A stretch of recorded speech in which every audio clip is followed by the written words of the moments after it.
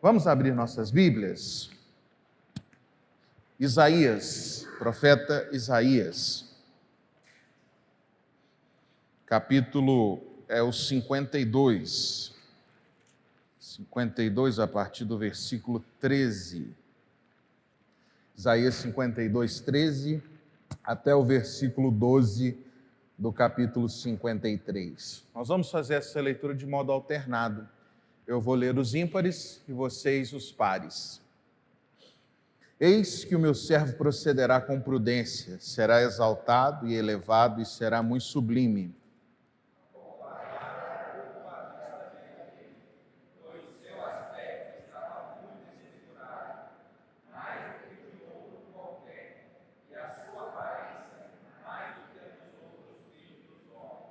Assim, causará admiração às nações e os reis fecharão a sua boca por causa dele, porque aquilo que não lhes foi anunciado verão e aquilo que não ouviram entenderão.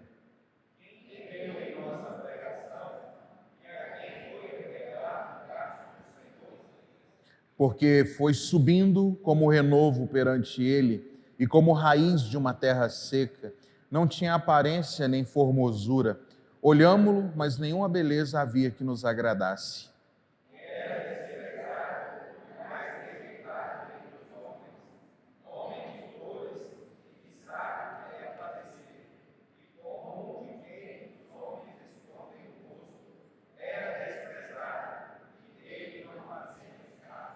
Certamente, ele tomou sobre si as nossas enfermidades e as nossas dores levou sobre si. E nós o reputávamos por aflito, ferido de Deus e oprimido. Mas ele foi traspassado pelas nossas transgressões e moído pelas nossas iniquidades. O castigo que nos traz a paz estava sobre ele, e pelas suas pisaduras fomos sarados. Todos nós andávamos desgarrados como ovelhas, cada um se desviava pelo caminho. Mas o Senhor fez cair sobre ele a iniquidade de todos nós. Ele foi oprimido, mas não abriu a boca. Como cordeiro foi levado ao matadouro, e como ovelha muda perante os seus criadores, ele não abriu a boca. Por juízo opressor foi arrebatado, e de sua linhagem, quem dela cogitou? Porquanto foi cortado da terra dos viventes, por causa da transgressão do meu povo, foi ele ferido.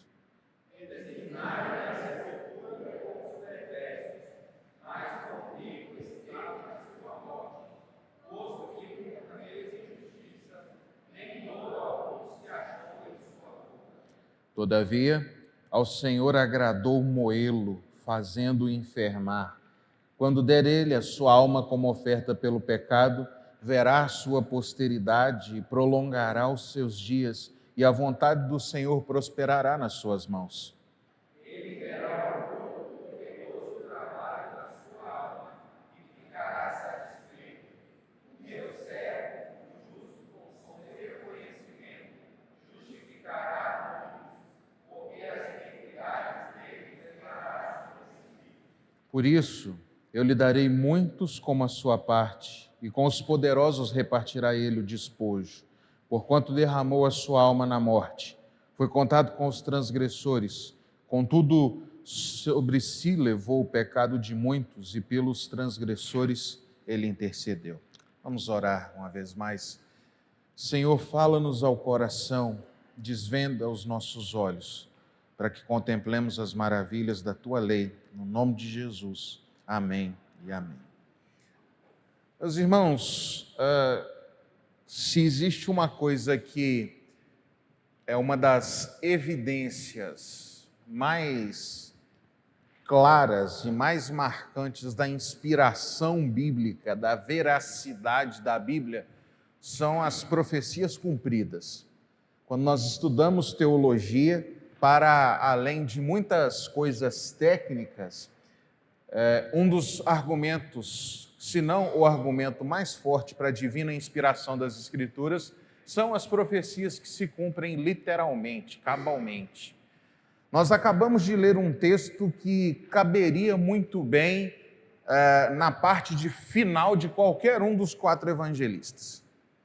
Se nós transportássemos esse final do capítulo 52 e todo o capítulo 53 de Isaías para Mateus, Marcos, Lucas ou João, nós não estranharíamos de ler esse texto lá.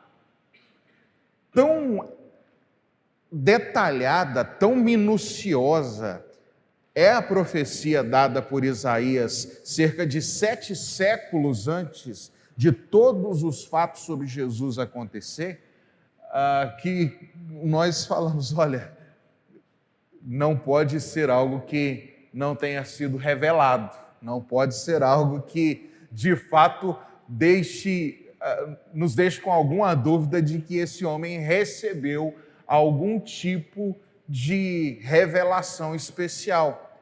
Por muito tempo, em séculos passados, esse era um grande questionamento. Será que Isaías está datado corretamente?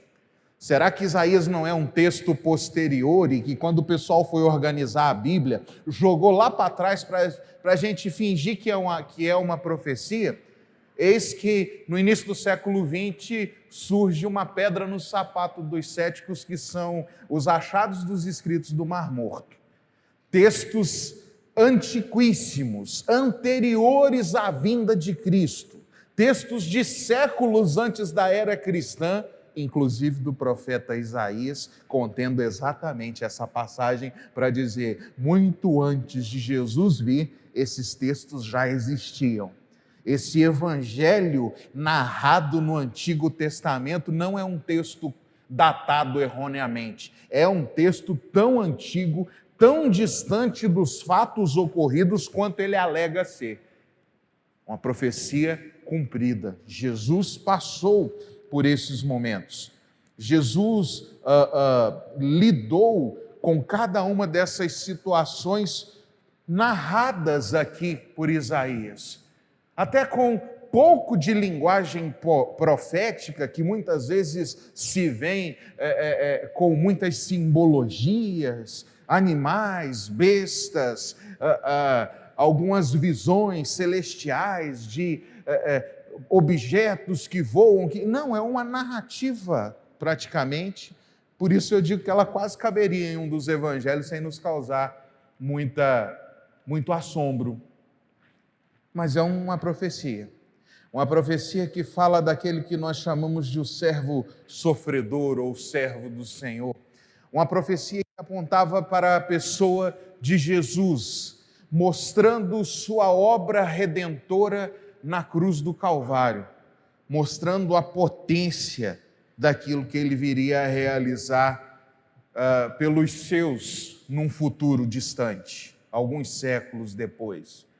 Se nas semanas anteriores, tanto o pastor Pedro quanto eu, falamos acerca da instituição da Páscoa, que apontava para um futuro quando o Senhor entregaria o seu Cordeiro perfeito, o seu Cordeiro pascal, agora nós olhamos para mais um texto veterotestamentário que também aponta para a realidade futura da vinda de um Redentor. Nós hoje já lemos com o distanciamento de quem não só está vivendo depois das profecias, mas vivendo inclusive depois da consumação das profecias, que foi a vinda de Cristo, sua vida, sua morte, sua ressurreição. Uma verdade inegável, uma verdade absolutamente magnífica que vem e salta aos olhos de todos nós. Isaías é aquele profeta muito marcante por ter o livro profético mais longo dentre todos os profetas das Escrituras. Ele é muito marcante pela beleza de seus escritos, né? Isaías é alguém letrado, alguém da corte, alguém com muitas capacidades.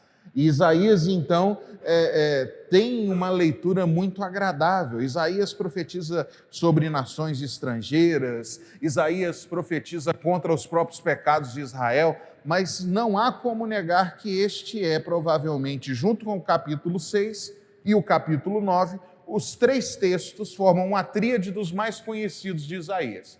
Capítulo 6, o seu chamamento, né?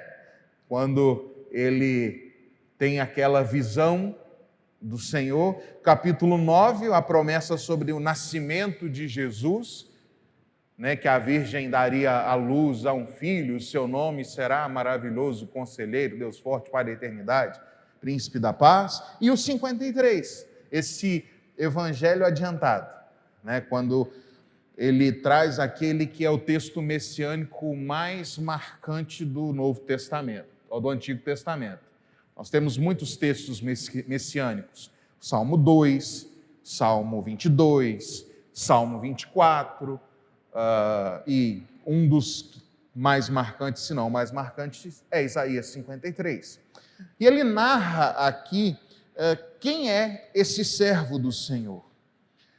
Quem é esse que viria? Primeiro, apontando para a sua origem. O final do capítulo 52 fala: olha, o meu servo virá e procederá com prudência, será exaltado, elevado, será muito sublime. Os reis, os poderosos, vão ficar pasmos à vista dele. Há algo nele de glorioso, há algo nele que impacta por quem ele é, ele vai causar admiração nas nações. Os reis fecharão suas bocas por causa dele, porque verão aquilo que não foi anunciado. Eles vão ouvir aquilo, eles vão entender aquilo sobre o que eles nunca ouviram. A presença dele, a existência dele, a encarnação dele não será um evento que passará desapercebido. Nós sabemos que é assim. Então, logo Jesus nasce, nós já temos poderosos pensando: vamos começar a matar as crianças para que esse rei não nasça, para que esse rei não se forme.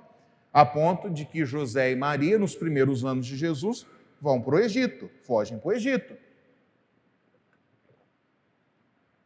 Ele é julgado diante de autoridades judaicas e romanas.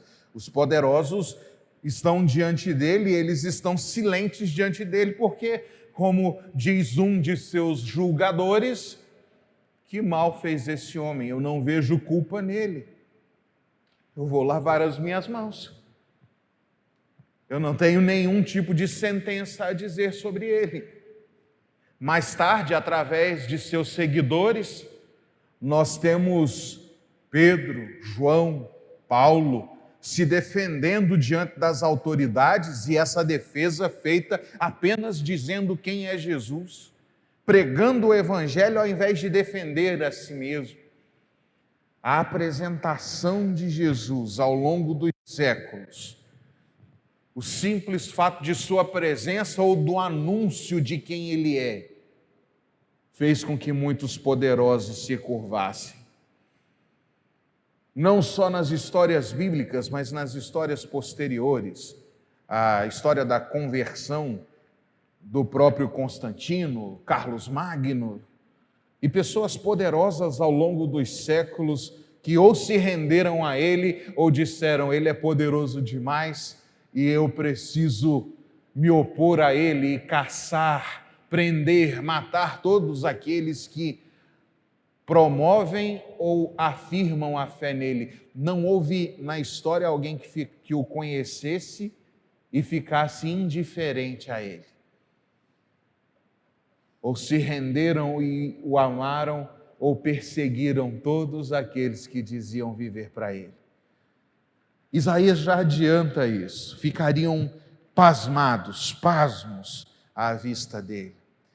Ele é quem ele diz ser. Mas um outro aspecto que aponta para o quanto era incômodo olhar para Jesus é quando Isaías começa a narrar o seu martírio até a cruz, aquilo que é chamado em latim de a via crucis, quando ele fala da aparência física de Jesus, de que não havia nele beleza ou formosura.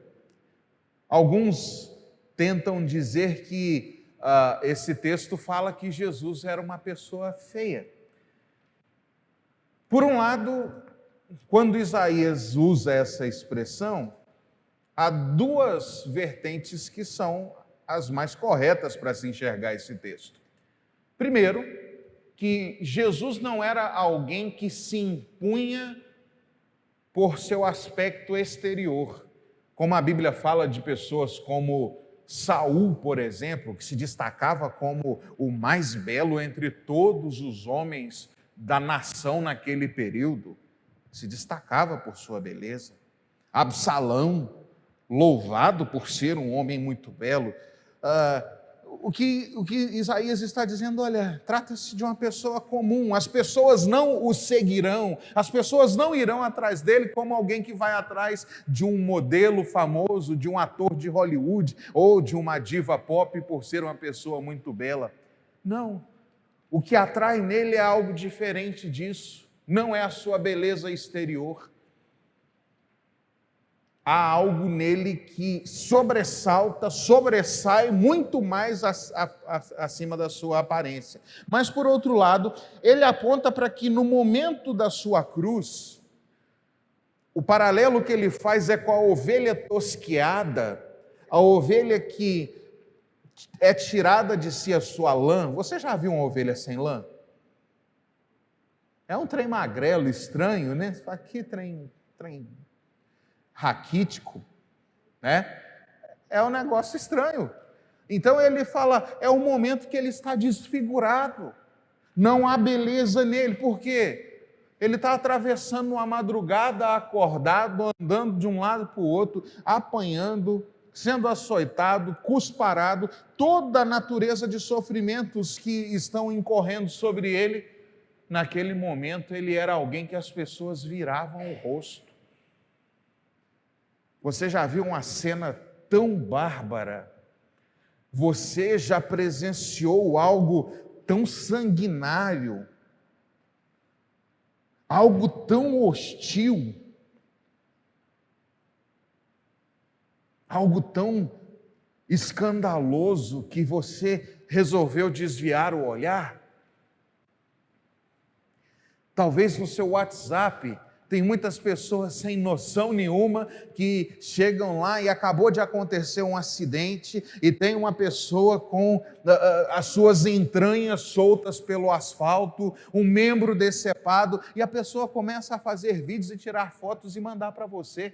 E você fala, misericórdia, não quero nem ver um negócio desse.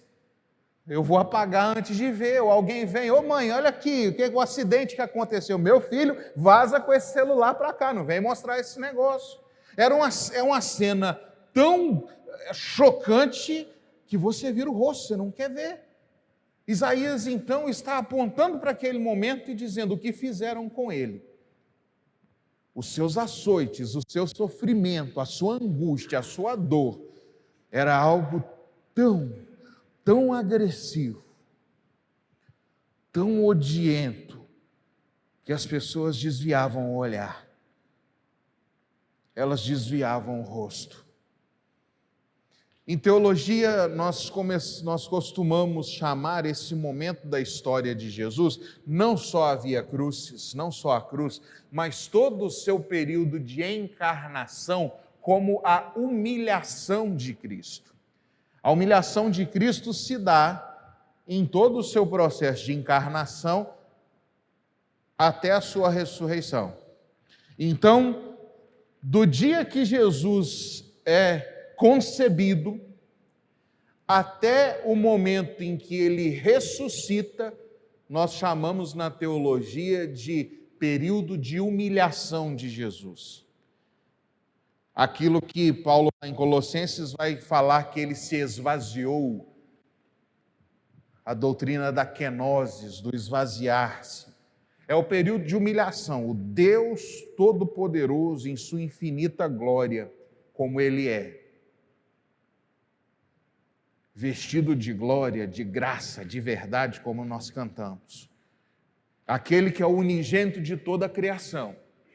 Aquele que o apóstolo João diz para nós que ele estava com Deus e ele era Deus e todas as coisas foram criadas por ele. E sem ele nada do que foi feito teria sido feito. Aquele que tem o governo sobre si. O Deus Todo-Poderoso se encarna, se diminui, se encaixota numa forma como a nossa. A cada Natal eu sempre relembro a vocês o soberano Rei do Universo, o Senhor de tudo. Quando queria se locomover, precisava que algum adulto o pegasse no colo e o levasse de um lado para o outro. Quando tinha fome, precisava que uma mãe lhe desse de mamar ou mais tarde alguém tratasse dele para que ele pudesse se alimentar. É um período de profunda humilhação.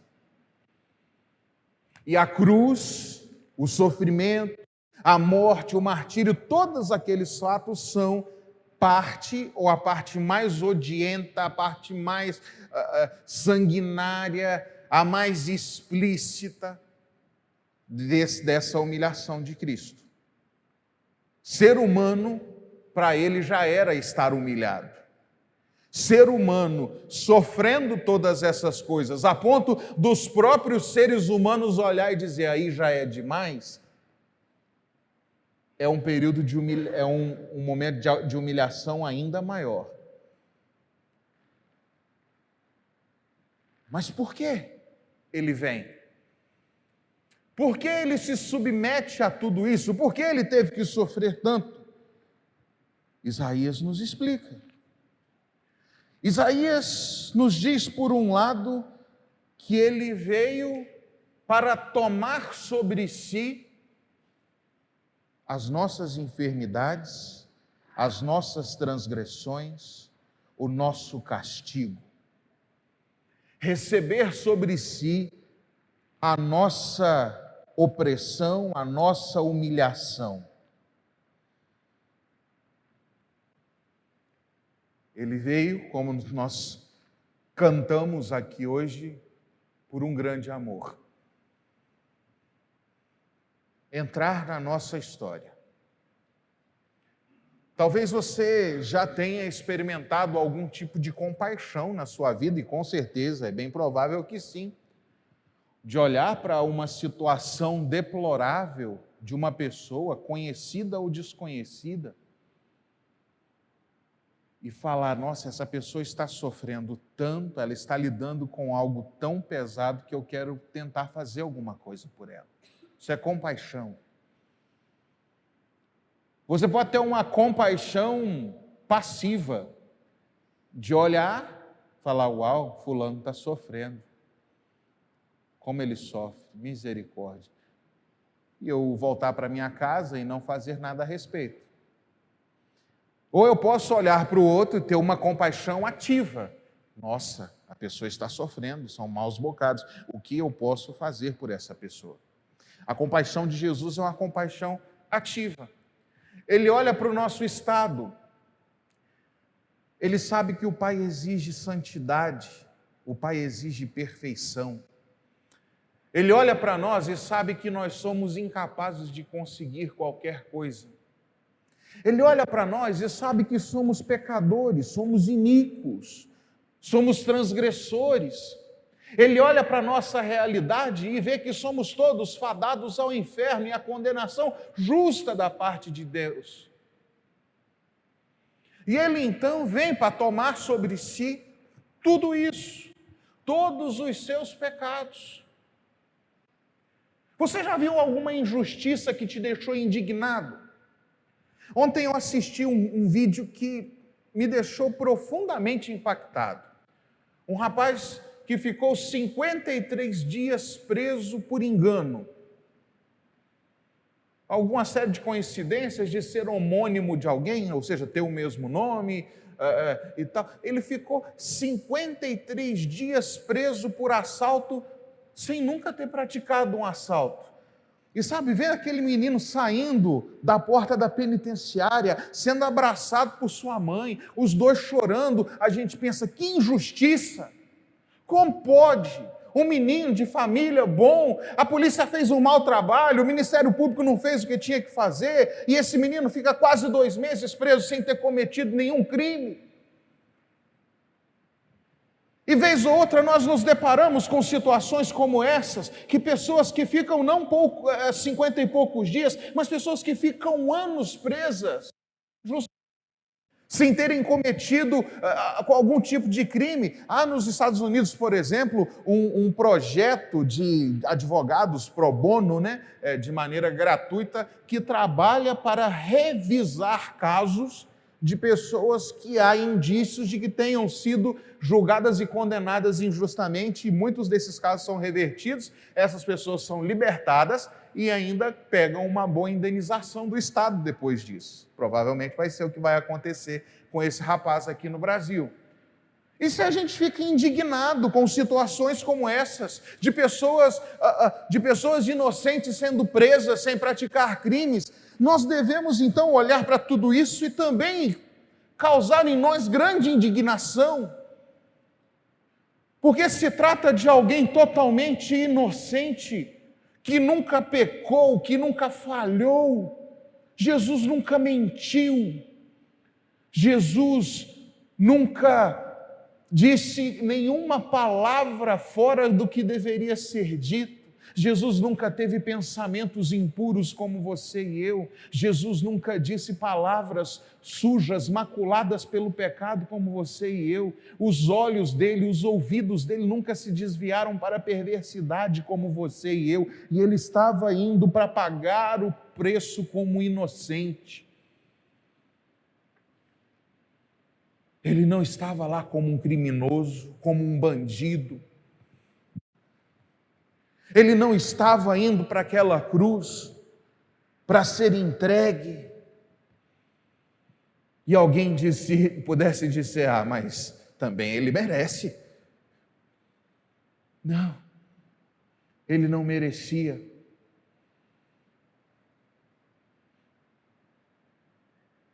Jesus foi pagar aquele preço, mas o nome no mandato de prisão não era o dele, era o seu, era o meu. Aquela sentença de morte, aquela pena de morte, não era dele, era sua, era minha. Isaías profetiza, ele será oprimido, ele será traspassado pelas nossas transgressões, pelas nossas iniquidades. Não pelas transgressões dele, não pelas iniquidades dele, pelas nossas.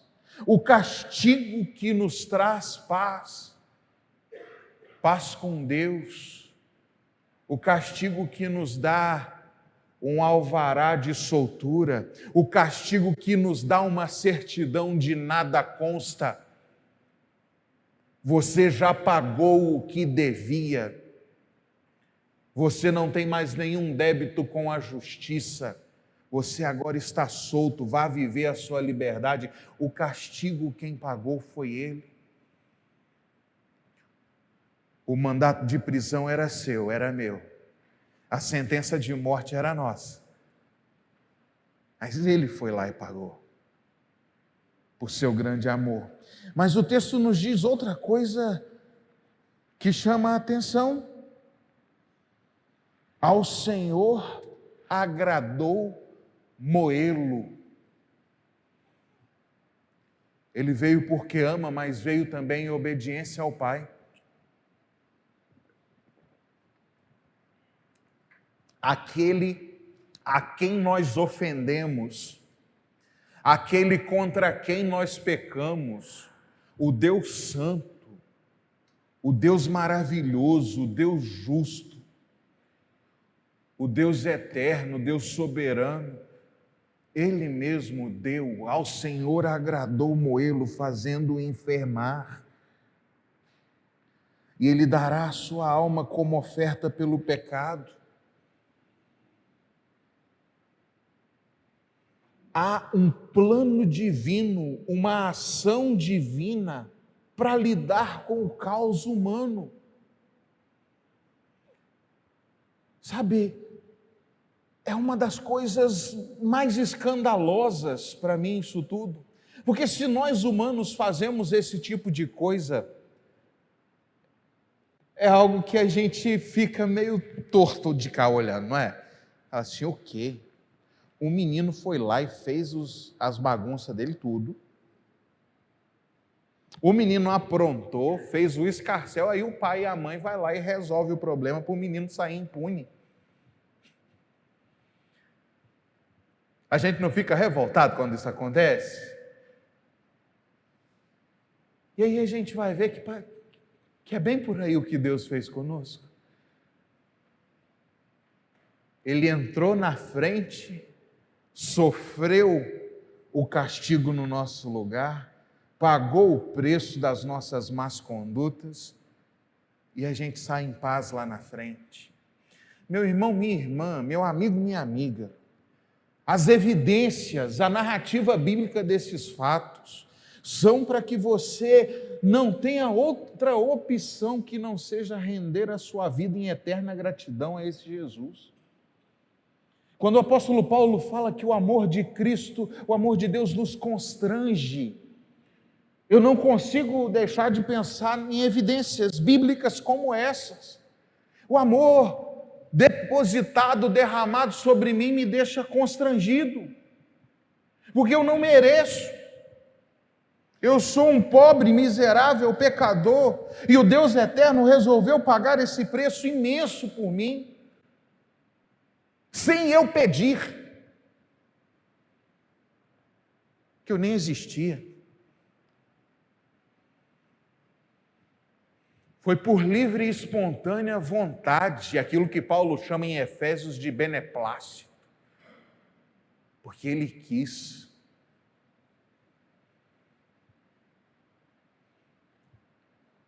O mesmo Paulo que diz, mas Deus prova o seu próprio amor para conosco pelo fato de Cristo ter morrido por nós, quando nós ainda éramos pecadores, Romanos capítulo 5. Prova de amor. Quando eu olho para quem eu sou, para o que eu merecia, para o que eu mereço, e eu me deparo com as Escrituras dizendo que Jesus tomou sobre si tudo aquilo que eu merecia e pagou todo o preço para que eu tivesse paz. Não me resta outra alternativa que não seja depositar a minha vida, todos os meus dias aos pés dele e dizer, agora eu vivo para você. Não há outra opção para mim.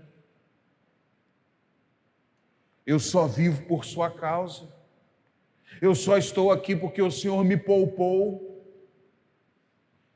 Eu só acordo todos os dias e enxergo a luz do sol uma vez mais porque o Senhor olhou com misericórdia para mim. Eu só posso pensar em céu, vida eterna, salvação, porque o Senhor resolveu olhar em meu favor. Não me resta outra opção do que a não ser viver em eterna servidão a Ti. Eu olho para Jesus aqui nominado como servo sofredor, como alguém que veio para servir. Não me resta outra opção a não ser me tornar eu mesmo eternamente um servo, porque aquele que é Senhor veio para servir, e eu, na minha miséria, muitas vezes me recuso a ser servo.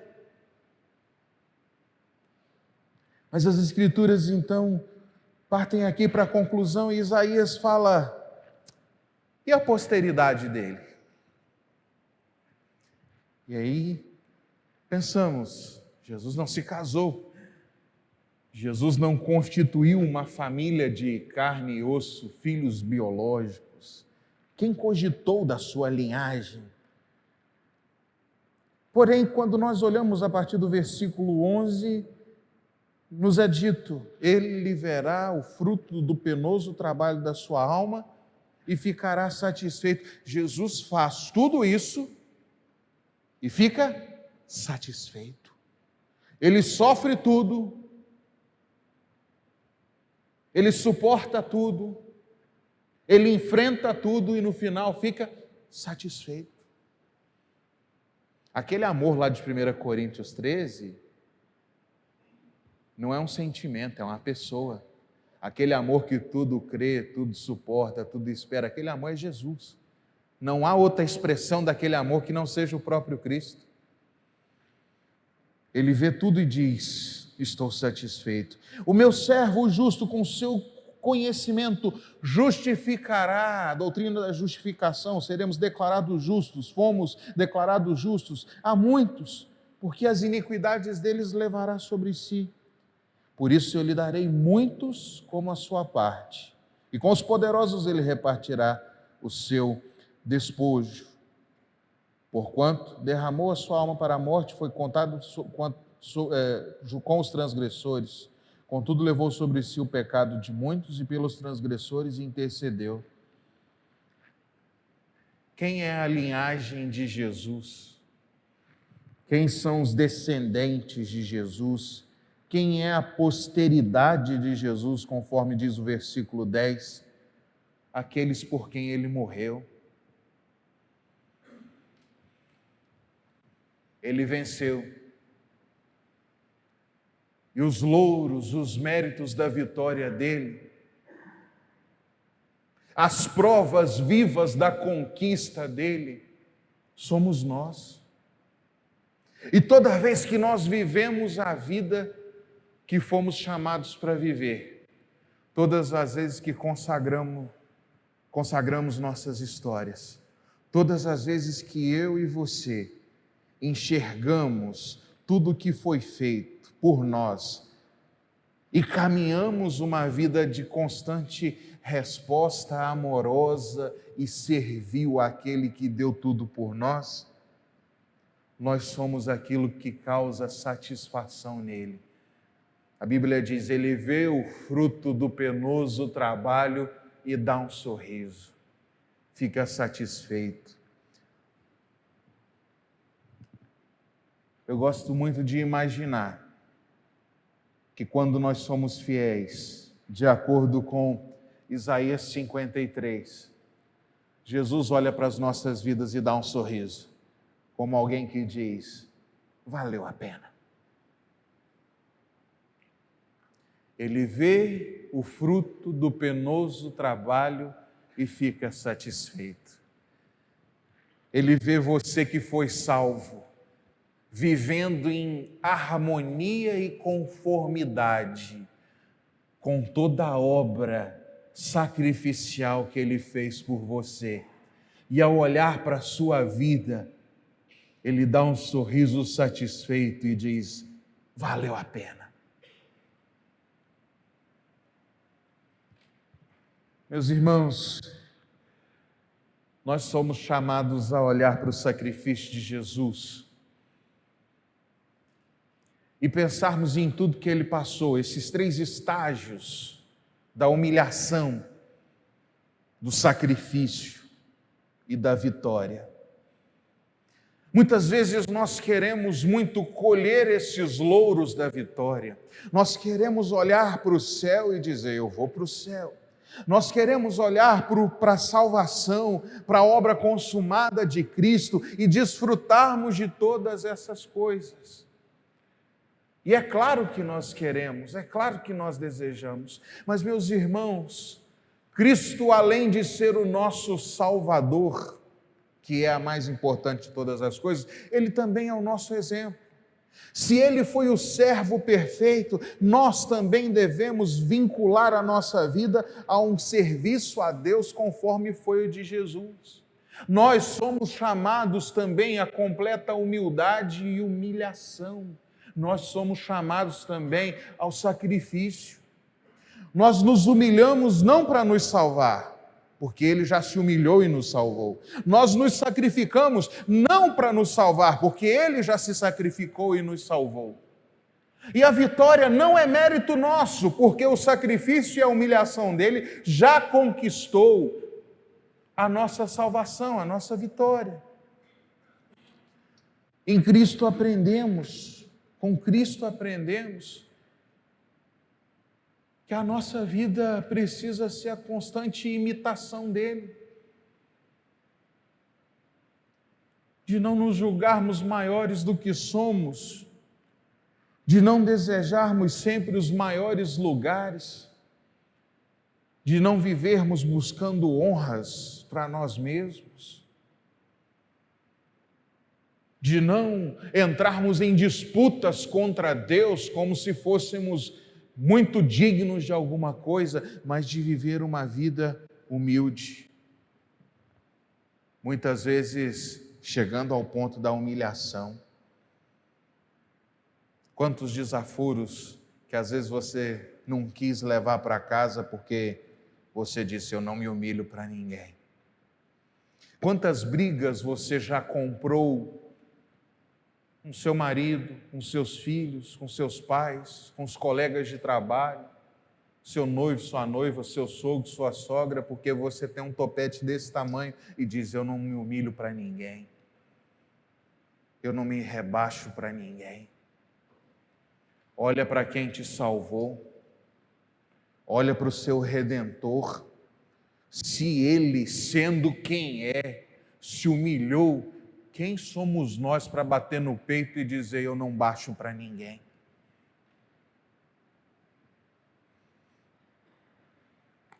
Pense no sacrifício. Nós vivemos em tempos muito mimados, de pessoas muito viciadas em confortos e comodidades. Nós ouvimos histórias passadas de famílias rodando a cidade ou no campo a pé para frequentar um culto,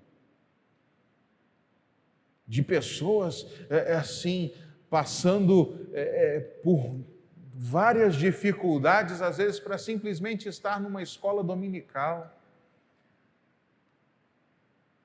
Quantas são? Mas muitas vezes a gente diz: é sacrifício demais eu ir servir ao meu Deus hoje, porque eu tenho um evento 2h que vai me impedir de ir na escola dominical às 9h e de ir no culto às 6h30. Aí, por causa de um evento no meio do dia, eu falo: hoje não dá para servir ao Senhor, não dá para ir lá aprender da palavra, entoar louvores a Ele, porque eu vou amarrar todo o meu dia aqui. Eu não posso fazer nenhum tipo de sacrifício, eu não posso fazer um jejum, eu não posso me atrasar um pouco às vezes quando é necessário, ou chegar mais cedo às vezes quando é necessário. Tudo para mim é grande demais. Tudo que condiz com o reino de Deus, com a fidelidade a Deus, para mim é sempre sacrifício demais. E às vezes a gente não está disposto a fazer coisas simples. Simples. Comezinhas, minúsculas. Tem gente que consegue ter o culto estragado e não consegue prestar um culto a Deus por causa de um atraso de 5 minutos. E passa o culto inteiro remoendo porque começou 5 minutos atrasado.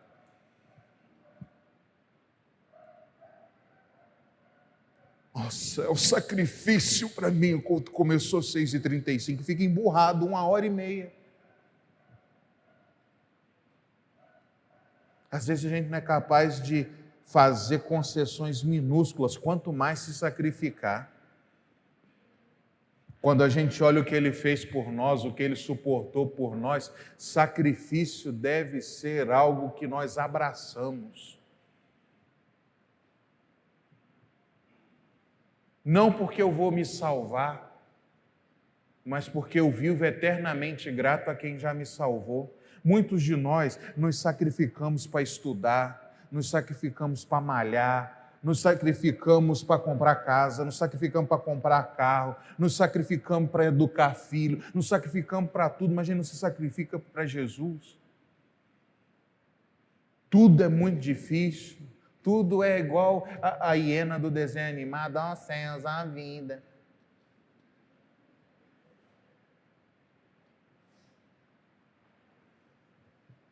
Quando eu olho o que Ele fez por mim, meus irmãos, eu preciso chegar na conclusão de Paulo lá em Atos 20, em nada considero a minha vida preciosa para mim mesmo, conquanto que eu cumpra aquilo que Ele me chamou para cumprir. Ser fiel a Ele é mais precioso que a minha própria vida.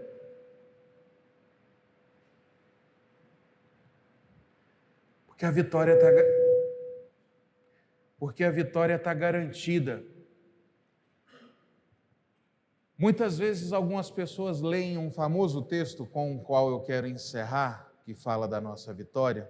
Abra aí, 1 Coríntios capítulo 15. O último versículo do capítulo.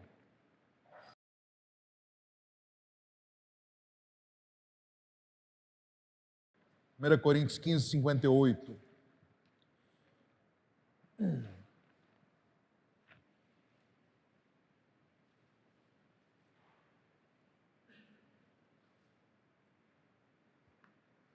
Vamos ler todo mundo junto? 1 Coríntios 15, 58.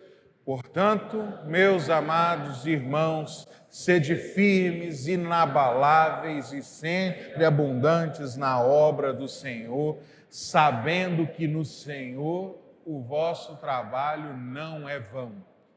Muita gente lê esse texto pensando assim, Paulo está dizendo, seja fiel que no final você vai receber um bom salário. O que Paulo está dizendo é, seja fiel porque você já recebeu um bom salário.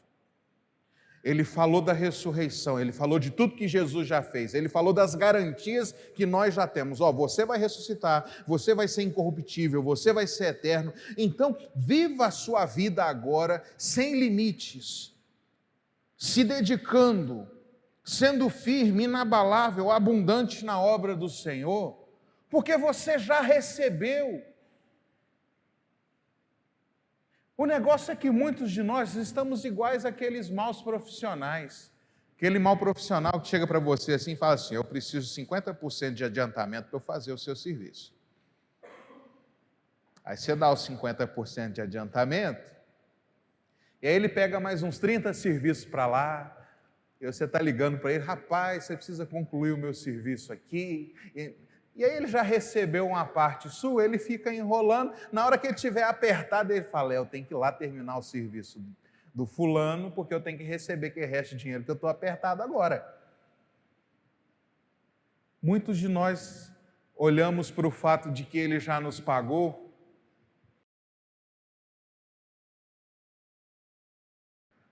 que a vitória já está comprada, e a gente vai enrolando para entregar o serviço. A gente vai sempre deixando para depois.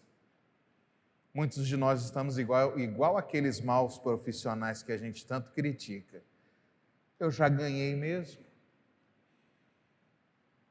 Porque eu já ganhei. Porque eu já venci. Porque eu já sou salvo. Porque Ele já fez aquilo que Ele prometeu. Eu serei firme, inabalável, sempre abundante na obra dEle. Porque eu sei que não é em vão. É uma resposta grata de quem já recebeu todas as coisas. Ore neste momento por sua vida. Lembre-se de tudo que você ouviu nessa noite, do que Jesus já fez por você. Ele se humilhou por você, Ele se sacrificou por você e conquistou uma vitória para você. E se comprometa, Senhor, eu quero diminuir para que o Senhor cresça, eu quero me humilhar. Senhor, eu quero estar disposto todos os dias a me sacrificar, a colocar a minha vida a Teu serviço, a amar menos o meu conforto, a minha segurança, o meu descanso e mais o ser fiel ao Senhor. E eu vivo sorridente e alegre pela vitória que o Senhor já conquistou para mim. E eu estou ansioso por desfrutar dela quando a hora chegar. Deus bendito, nós temos muito a agradecê-lo, Senhor, porque entregaste o seu Filho por nós. porque Ele sangrou no nosso lugar, Ele tomou sobre si os nossos crimes, as nossas infidelidades, as nossas mentiras, as nossas traições, as nossas grosserias, os nossos roubos, os nossos assassinatos, as nossas iras pecaminosas, as nossas inimizades, a nossa prostituição, o nosso adultério. Ele tomou sobre ele todas as nossas faltas. Até aquilo que a gente acha que é imperdoável, Ele levou sobre Ele. E nós te agradecemos porque Ele se humilhou e se sacrificou por nós. Nós te agradecemos porque Ele conquistou a nossa vitória. Mas, ó Deus, nós não queremos viver a nossa vida indiferentes a isso tudo. Nós não queremos ser como aqueles que recebem a dádiva, mas não têm gratidão. Nós não queremos ser aqueles que se furtam, se privam de fazer o que precisa ser feito, de viver a vida que é para ser vivida. Nós queremos que a nossa vida seja um diário reconhecimento e testemunho de quem nós somos, do que nós fizemos e de quem o Senhor é e do que o Senhor fez. E ao olhar o desequilíbrio dessa balança, queremos nos curvar a Ti e dizer: eis-me aqui, Senhor. Faz em mim o Teu querer, estou ao Teu serviço, à Tua disposição, sou Teu. Tem misericórdia de nós, ó Pai. Nos ajude a viver imitando o nosso Salvador, na humilhação e no sacrifício, para que quando chegar a hora de desfrutar da vitória, nós possamos ter aí sim o nosso momento de descansar, o nosso momento sem luto, sem pranto, sem dor, porque essa fase vai ter passado. Que o nosso anseio pela consumação da vitória nos leve a uma vida de serviço abnegado, enquanto aqui estivermos. É a nossa oração em nome e para a glória de Jesus. Irmãos queridos, vão em paz. Que a graça do nosso Senhor, o amor do nosso Pai e a consolação do Santo Espírito seja e permaneça sobre todos hoje e para sempre. Amém e amém.